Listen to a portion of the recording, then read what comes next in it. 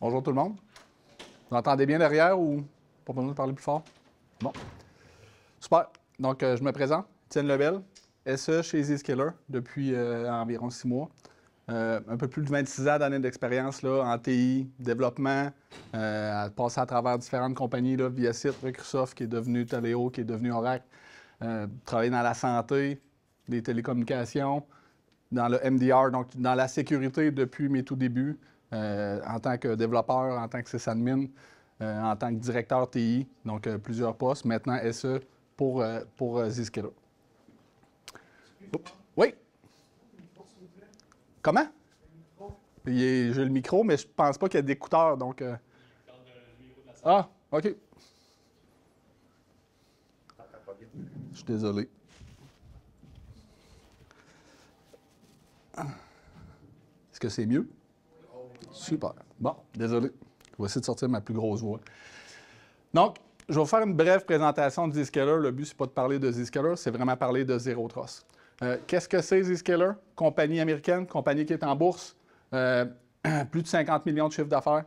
Fait plus de 14 ans qu'on est en opération, qu'on développe une plateforme infonuagique. Donc, on n'est pas récemment arrivé, ça fait très longtemps qu'on existe. C'est très possible que vous ne connaissez pas Zscaler. Mon but, c'est, de vous faire connaître Zscaler, mais qu'est-ce qu'on fait Zscaler comme produit?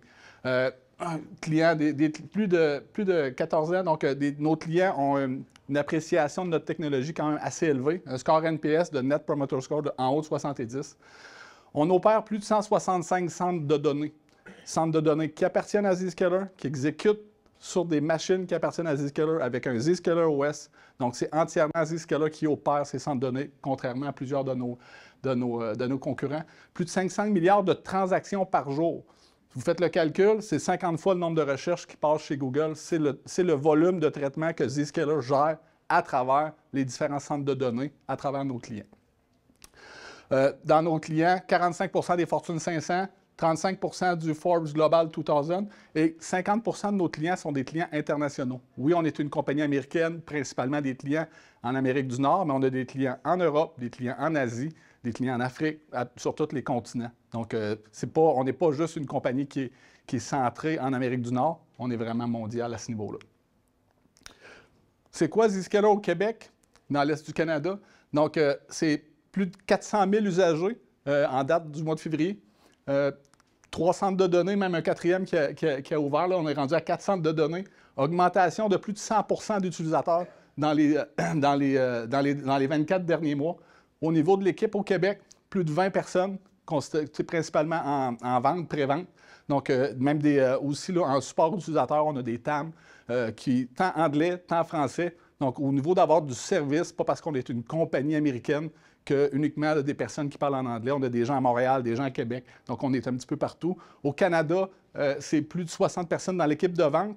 On a un centre de développement à Vancouver. Donc, c'est près de 200 employés au Canada pour Zscaler. Donc, on va revenir un petit peu plus au Zero Trust. Selon là, les données de Gartner, au niveau de l'adoption, à peu près 72 des entreprises ont des projets de faire une migration vers une architecture Zero Trust. Donc, c'est un sujet qui est d'actualité. C'est quoi une architecture Zero Trust? Est-ce que c'est un NAC? Est-ce que c'est du Zero Trust Network Access? C'est ce qu'on va essayer de comprendre. Le Zero Trust, ce n'est pas juste du NAC. Du NAC, c'est principalement une solution d'accès basée sur les éléments on-premise niveau 2, niveau 3 aussi, là, mais c'est vraiment là, les gens vont migrer du NAC vers le Zero Trust dans les prochaines années. L'architecture Zero Trust, qui le déploie?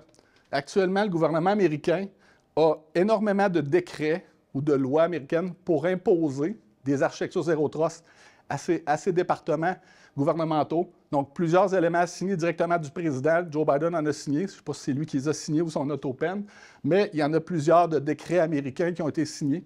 Au Canada, depuis 2023, le gouvernement du Canada est en train de développer une architecture basée principalement sur le NIST pour mettre en place là, une architecture Zero Trust. Donc, si vous avez des interactions avec des entités gouvernementales dans les prochaines années, il y a des fortes chances qu'on vous demande d'avoir une architecture Zero Trust ou au moins une cible d'architecture Zero Trust pour vos environnements ou pour les interconnexions avec les entités gouvernementales. Donc, ça vient d'où Zero Trust?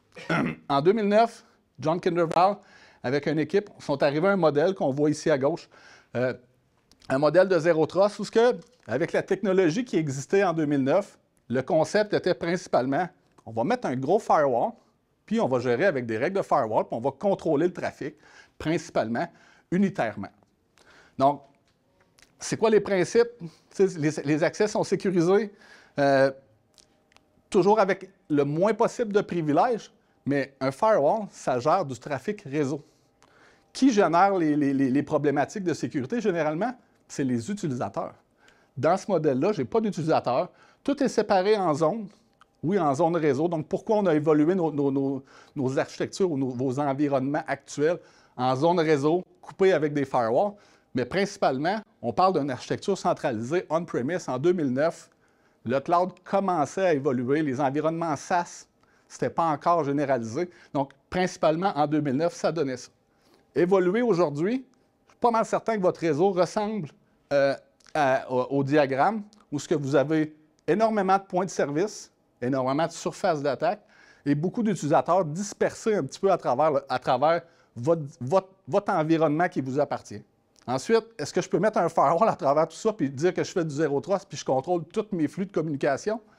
Si vous êtes capable de le faire, j'aimerais comprendre comment vous le faites parce que c'est très difficile de le rapporter avec un utilisateur puis de faire ce qu'on nous, on appelle du Zero Trust. Puis le périmètre ne fait qu'augmenter à chaque jour. Tu sais, si je reviens, puis c'est ce que je vais vous montrer, comment le périmètre évolue. Donc, vous voyez, là, il y a différents éléments. Je suis pas mal certain que dans chacun de vos environnements, vous avez un portfolio d'environnement ou un environnement là, réseautique là, qui ressemble un petit peu à ça, et mettre de la sécurité à tous ces points de service-là, une sécurité qui est granulaire, c'est une tâche qui est quand même énorme. Donc, le modèle de Zero Trust, ça ressemble à quoi? Ça, c'est le modèle du NIST. Mon but ici, c'est de vous démontrer le modèle du NIST, c'est quoi les composantes qui sont incluses dans le modèle du NIST, puis comment les gens, généralement, le mettent en application sans savoir, oui ou non, s'ils appliquent le modèle Zero Trust dans une solution traditionnelle, quels éléments sont mis de l'avant ou non. Donc, on a à gauche les sujets. Oups, c'est pas du tout ça qu'il fallait que je fasse. Désolé. On a ici à gauche les sujets, donc principalement les utilisateurs. Je vous parlais tantôt, l'utilisateur est au centre de tout. Généralement, l'utilisateur initie les communications. Ensuite, l'utilisateur consomme des ressources. Vous avez des applications, des serveurs, différents éléments. Ces ressources-là sont soit on-premise dans vos centres de données, infonuagiques, c'est peu importe. Donc, rendu là, on l'utilise, on les a, tout le monde a ces éléments-là. Ensuite, un élément, un Policy Enforcement Point. Ça ressemble à quoi, ça, un Policy Enforcement Point? C'est un firewall. Généralement, dans ce qu'on connaît dans notre monde à tous les jours, qu'est-ce qui va bloquer une connexion? Un firewall, un IPS, c'est principalement ça. Ensuite, comment cet élément-là va prendre ses décisions? Actuellement, dans un firewall, on a un rule set, on a nos règles, réseau A vers réseau B, utilisateur A. Quand on est capable de faire un mapping d'utilisateur, c'est principalement ça. Donc, normalement, dans un élément Zero Trust, on a un Policy Decision Point qui va venir englober nos firewalls pour prendre des décisions éclairées. Dans le modèle Zero Trust, c'est demandé. Dans le day-to-day, je suis pas mal certain que personne n'a un Policy Decision Point. Un élément qui va superviser tous vos firewalls, tous vos IPS pour prendre des actions qui vont être coordonnées. Si un utilisateur est bloqué du réseau, est-ce qu'il va être bloqué dans tous vos firewalls en simultané? Actuellement, je ne penserais pas. Donc, c'est un élément que nous, on juge qu'actuellement, dans le mode traditionnel, ce n'est pas tant utilisé ou pas tant mis de l'avant. Ensuite, on a tout ce qu'on appelle les Policy Information Points. Ça, c'est quelle source d'éléments notre Policy Decision Point va utiliser pour prendre ses décisions.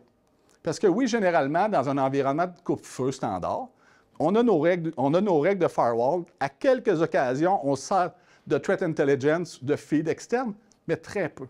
Mais là, généralement, dans nos évaluations, on doit prendre tout ce qu'on appelle le ICAM, donc les sources d'identité. Généralement, les entreprises, vous avez toutes des sources d'identité. Vous avez un Active Directory, un Entra ID, une source quelconque qui définit qui sont vos utilisateurs, font partie de quel groupe. Ça, c'est correct, c'est acquis vous l'utilisez. Endpoint Security, je l'ai mis en jaune. Pourquoi on le met en jaune? Vous me direz, Étienne, tout le monde a des ADR de déployer partout sur tous ses postes. Peut-être chez vous, moi j'ai vu beaucoup de clients et je vous garantis, ce n'est pas tout le monde qui en a.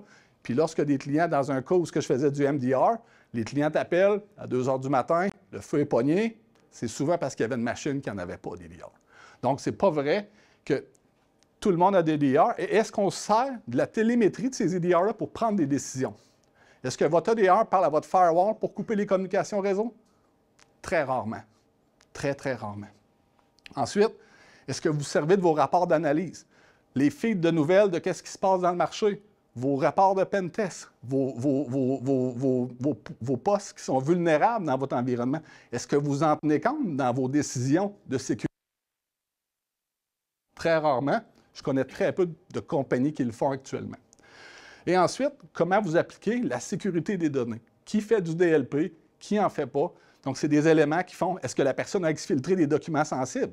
Si elle a exfiltré des documents sensibles, est-ce qu'on continue à lui donner accès à Internet? Est-ce qu'on continue à lui donner à nos accès privés? Est-ce que vous vous servez de ça dans vos règles de firewall? Encore là, pourquoi je le mets rouge? Très rarement, on le fait. Donc, c'est principalement pour ça. Donc, comment on fait pour arriver avec une solution traditionnelle? Comment on est arrivé où ce qu'on est aujourd'hui? L'analogie, puis j'ai pas de crédit pour l'analogie, c'est Bruno, un de nos ingénieurs chez nous, qui l'a fait. On fait l'analogie, je vais faire l'analogie avec la nourriture. Dans le passé, l'humain, ou le Québécois moyen, on consommait généralement ce qu'on était capable de cultiver. Donc, si tu cultivais des carottes, des patates, puis il y avait des vaches pas loin de chez vous, il y a des fortes chances que tu mangeais du steak, des patates, puis des carottes. Hein? Donc, c'est pas mal ça qu'on faisait. Ensuite, est arrivé les épiceries. Une épicerie, ça t'amène des choses que tu n'es pas capable de consommer. Donc, tu es capable d'aller les chercher rapidement à l'épicerie. Tu peux les consommer. C'est que tu peux te faire des recettes asiatiques, des recettes de plein de choses que tu ne consommes pas. Ça te permet d'être beaucoup plus efficace, mais il faut quand même que tu stockes ta nourriture. Il faut que tu la prépares. Ça prend du temps. Le monde de la nourriture a évolué. Maintenant, c'est facile. Je prends mon téléphone, je commande ma nourriture. Elle arrive déjà toute faite. Je peux la manger. Puis, c'est à peu près tout. Mais la technologie, c'est sensiblement la même chose. Dans votre entreprise, je reviens à peut-être 5 ans, 10 ans, quelle technologie de sécurité vous aviez déployée? Est-ce que vous aviez des NAC, des IDS? Généralement, vos employés n'avaient peut-être pas nécessairement la connaissance. Est-ce que vous déployez des systèmes de sécurité que vous ne maîtrisez pas? La réponse était non. Donc, on avait généralement un firewall, puis je peux revenir au début des années 2000, les compagnies qui avaient des firewalls, ils étaient super contents, c'était pas mal les seuls. Puis même encore, j'ai des entreprises que je suis allé voir, ils n'ont pas de firewall, ils n'ont pas beaucoup de systèmes. Donc, en fonction des humains que vous avez ou des employés que vous avez, vous allez avoir les technologies que vous maîtrisez de la même façon qu'on mangeait ce qu'on cultivait dans le passé. Les solutions infonuagiques, un petit peu plus spécialisées, ont commencé à naître. Vous en utilisez sûrement, il y en a plein ici, puis on en fait partie. Mais lorsqu'on utilise ces solutions-là, c'est des solutions infonuagiques qui sont généralement en silo. Est-ce qu'ils se parlent entre eux autres? Très peu. Dans le modèle NIST, le Policy Decision Point, ça doit être coordonné avec ces différents éléments-là. Mais c'est sans aucune surprise que je vous dis, chez Zscaler, on est capable de faire ces choses-là. On a une solution qui va vous amener à faire ces choses-là. Je vais passer vite sur l'évolution de votre réseau, mais d'une manière concrète qui va ressembler à l'image de droite en rouge qu'on voyait. Donc, on en revient au début des années 2000, pas besoin d'aller super loin. En tout cas, pour moi, c'est pas mal là que ça a commencé. Pas mal tout le monde avait un réseau local. Nos utilisateurs étaient au bureau et il n'y avait pas nécessairement de sécurité. Sur le grand Telnet dans nos switches, on n'avait pas nécessairement de firewall, on n'avait pas d'Internet. On avait des places d'affaires, on avait des liens MPLS, ou ça ne s'appelait pas comme ça dans le temps, là, mais on avait des liens sécurisés, puis on était capable de connecter nos bureaux, ça allait relativement bien. Encore là, zéro sécurité. Ensuite, l'Internet est arrivé, il a commencé à avoir des sites web, là où on a commencé à se mettre de la sécurité. Là, on avait un firewall, là j'ai mis des proxys, des VPN parce que ça existait, là, mais qui en mettait vraiment, début des années 2000, ça commençait à émerger. Ensuite, on a commencé à avoir des utilisateurs à distance. Mais encore jusqu'à tout récemment, c'était marginal. Nos employés à distance, on va leur donner un VPN, ils vont être en split tunnel. Pas besoin de mettre de sécurité. C'est marginal dans mes employés. La plupart sont encore au bureau. Puis puis ils travaillent du bureau, puis ils utilisent ma stack de sécurité que j'ai à mon bureau, parce que j'ai mon firewall, j'ai mon IDS dans mon bureau, puis c'est ça que je maintiens. Mais là, ensuite, il a commencé à avoir des applications SaaS, hein? Office 365, Salesforce. Là, il y a beaucoup plus de données dans l'Internet. Est-ce que je suis capable de toutes les protéger? Est-ce que je suis capable de savoir ce qui se passe dans ces sites-là? Ils se font impersonnifier. Est-ce que je suis capable de faire... Est-ce que ma stack de sécurité en bleu dans le milieu, là, elle supporte de protéger ces environnements-là? Pas nécessairement. Là, ensuite, il est arrivé les hyperscalers. Azure, AWS. Qu'est-ce qu'on fait? On interconnecte ça, on se met une route directe, puis let's go, on met des services là-dedans. Ça va bien aller, on prend nos serveurs on-prem, on amène ça là. Est-ce qu'on a de la sécurité dans notre hyperscaler? Est-ce qu'on a de la sécurité dans notre route direct connect? Pas tant. Hein? Pas tant que ça. Ensuite, on est arrivé, il y a une technologie qui est arrivée, tu sais, les MPLS, ça coûtait cher. Le SD-WAN est arrivé, magnifique. On connaît toutes nos places d'affaires par l'Internet. Encore là, une solution SD-WAN, est-ce que ça vient de la sécurité par défaut? Non.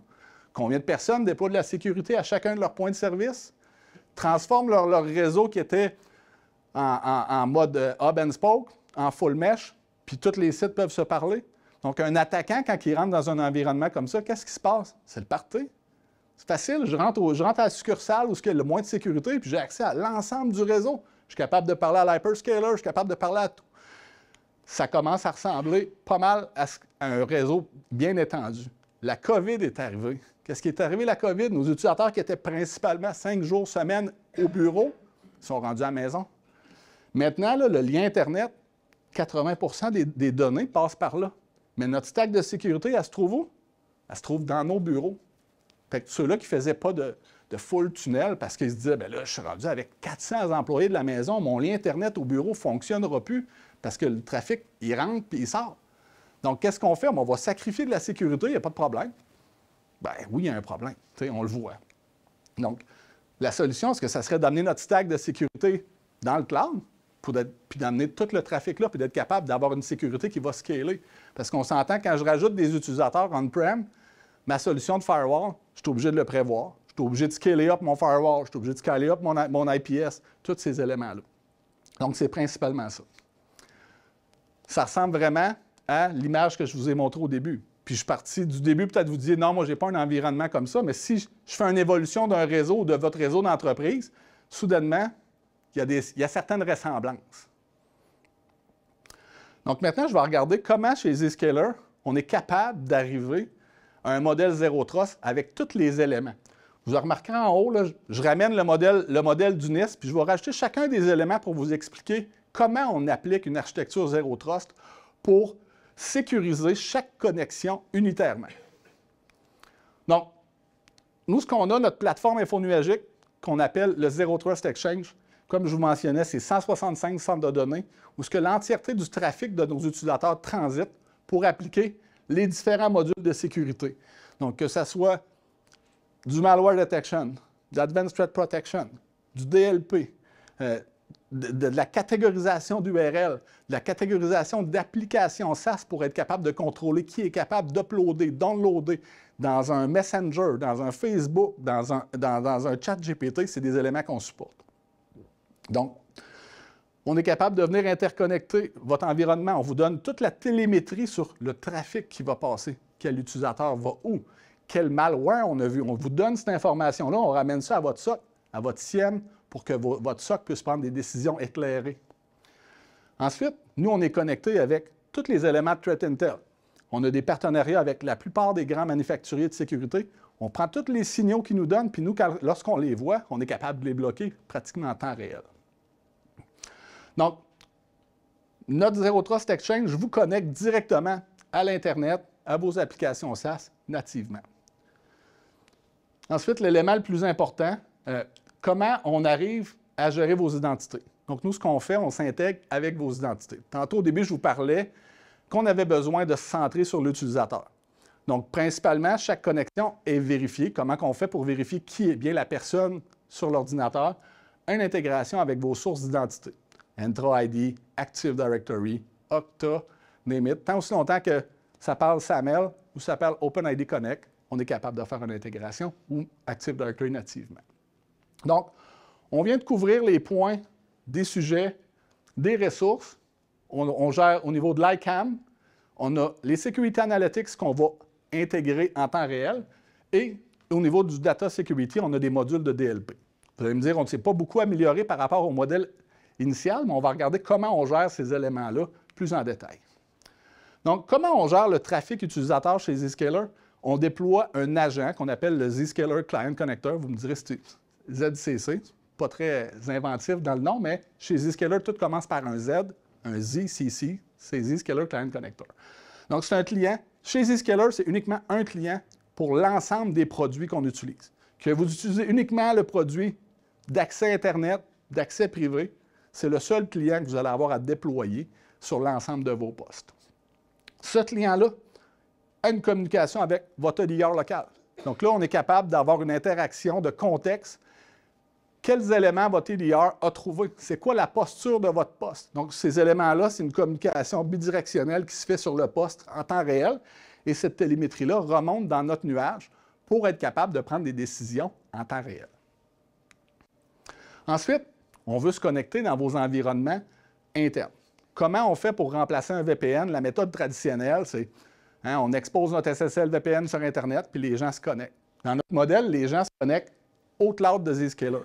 Bien, même chose, les éléments qu'on déploie dans votre environnement, ils ne sont pas exposés sur Internet. On déploie une petite VM ou des boîtes physiques, on a les deux modèles. Et cette boîte-là, elle, ce qu'elle va faire une connexion uniquement externe. Donc, d'un point de vue changement d'infrastructure, là, chez vous, il n'y en a pas. On déploie une VM, cette VM-là, elle a besoin d'un accès Internet.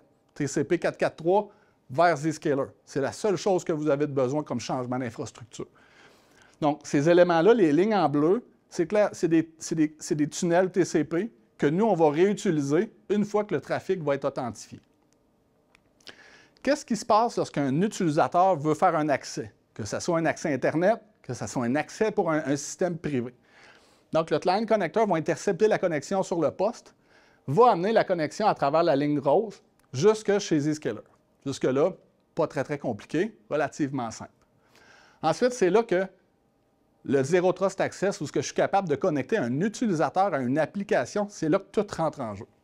Lorsqu'on arrive, chaque connexion qui passe à travers le Client Connector, donc chaque connexion au réseau, est validée unitairement. Qu'est-ce que ça veut dire, valider unitairement? C'est qu'on connecte une application, un utilisateur à une application tout le temps. Donc, si je me connecte à l'application A et ensuite je me connecte à l'application B, le même processus de vérification va commencer à chaque fois. Si je fais 200 connexions à la minute, c'est 200 évaluations que je vais vous montrer. Dans les évaluations, c'est relativement simple. On vérifie l'identité de la personne. Est-ce que c'est bien l'utilisateur qui dit être? On va vérifier avec son IDP. Est-ce que c'est bien Étienne?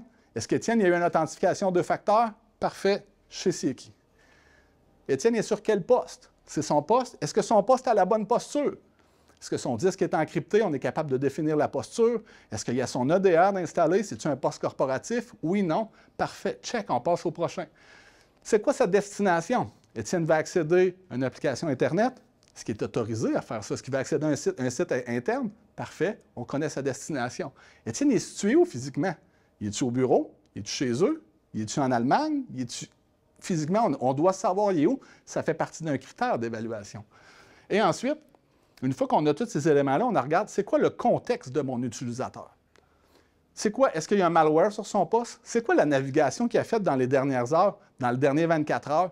Est-ce qu'il a fait de la navigation saine? Est-ce qu'il est allé sur des sites de phishing? Est-ce qu'il a été compromis? Tous ces éléments-là, disent que là, on a cette télémétrie-là. Donc là, on est capable d'arriver à notre policy decision point puis lui donner ces informations-là en fonction de la politique que vous allez avoir définie, basée sur l'utilisateur, son poste, sa localisation et ensuite son contexte. Donc avec ça, on est capable d'agir. Comme un firewall, je suis capable d'agir. Principalement, je suis capable de faire permettre la connexion, bloquer la connexion. Dans certains cas, il y a des firewalls qui supportent aussi. On est capable d'avoir un avertissement.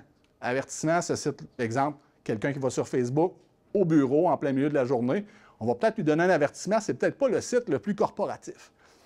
Un élément qui nous différencie de la compétition, nous, on a une action qui est isolée. C'est quoi isolé? Je suis capable de convertir ce que l'utilisateur essaie d'accéder en pixels. Dans son navigateur, on va transformer la page web en pixels parce que le site est jugé non sécuritaire, je veux contrôler ce que l'utilisateur va rentrer sur ce site-là ou je veux l'empêcher de faire ça. Donc, on se sert de ce que nous, on appelle notre Zero Trust Browser pour être capable de contrôler le contenu d'un utilisateur lorsqu'on veut faire une action d'isolation. Ensuite, lorsque l'utilisateur va sur Internet en utilisant notre produit Internet, bien là, on est capable de faire de la catégorisation de sites. Donc, comme un Blue Code de ce monde que vous avez déjà vu ou n'importe quelle solution d'URL filtering, on est capable de faire de la catégorisation. On a aussi la reconnaissance d'applications SaaS. Donc, nous, on a défini des applications SaaS, on est capable de contrôler qui va faire quoi dans quelle application. On est capable d'aller aussi granulairement, exemple, dans LinkedIn. Moi, je peux aller sur LinkedIn, mais je ne peux pas faire de post. Je ne peux pas downloader de contenu de LinkedIn. Mais je pourrais dire, mes gens de recrutement, eux, sont capables d'aller dans LinkedIn, puis eux sont capables de poster, sont capables de downloader des CV. Mais les fichiers qu'ils vont downloader, je vais les envoyer dans mon sandbox. Tous ces éléments-là, on est capable de contrôler ça à travers les différents critères dans une politique. Ensuite, lorsque la personne va accéder à une application privée, bien, même chose, on va le connecter avec nos connecteurs. Et une fois que le trafic va sortir de la petite VM qu'on a déployée chez eux, bien, je le sais que ce trafic-là, il est sain. Moi, c'est ce que j'appelle du trafic clean. Il a passé à travers tous mes contrôles de sécurité. Je sais c'est qui, sur quel poste, et là, je suis capable d'autoriser la communication. Puis, ce qui est bien dans cet élément-là, c'est qu'on n'est pas dépendant des différents subnets réseau où on n'expose pas la destination à notre utilisateur. L'utilisateur, il sait qu'il se connecte à une application. C'est quoi le chemin pour s'y rendre? Il ne le sait pas. Il sait qu'il a passé par Zscaler, et c'est à peu près tout. Donc, c'est principalement ça, ce qui nous amène à aussi être capable de le faire avec notre Zero Trust Browser. On est capable de gérer tous les employés externes qui viennent chez vous.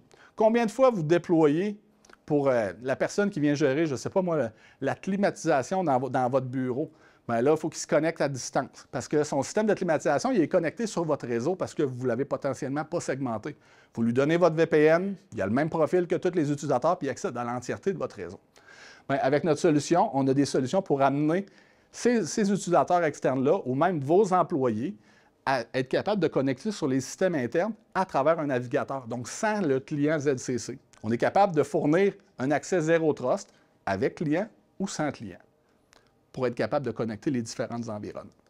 Ce qui fait qu'en bout de ligne, bien, on est capable de réduire votre surface d'attaque. Il n'y a plus de VPN exposé sur Internet. Présentement, vos solutions de VPN, c'est un SSL VPN qui est ouvert sur Internet. N'importe qui de n'importe où dans le monde peut se connecter.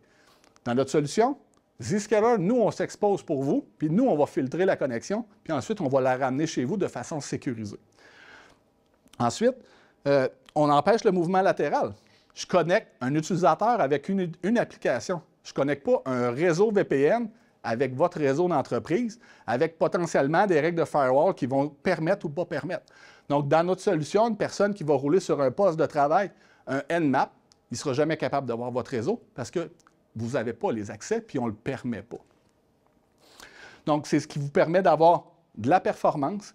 Notre Zero Trust Exchange est à 160 localisations dans le monde. On fait du peering Internet, c'est notre day-to-day. On fait du peering avec les grands fournisseurs de réseau, minimum 100 gigs avec chacun des interconnexions, 100 gigs ou 200 gigs. Vous pouvez aller voir sur PeeringDB, ce n'est pas des niaiseries que je vous dis, c'est vraiment, dans notre nature, on fait du peering depuis 14 ans. Donc, on sait de quoi qu'on parle.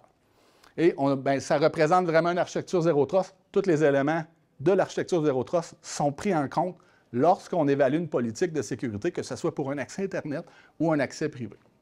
Et on élimine pratiquement dans cette architecture-là le routing dans la décision d'un utilisateur va aller où? Est-ce que j'ai le chemin? Est-ce que j'ai la route pour y aller? Ce que j'ai besoin de savoir, c'est est-ce que j'ai un connecteur de déployer qui, lui, est capable de se rendre?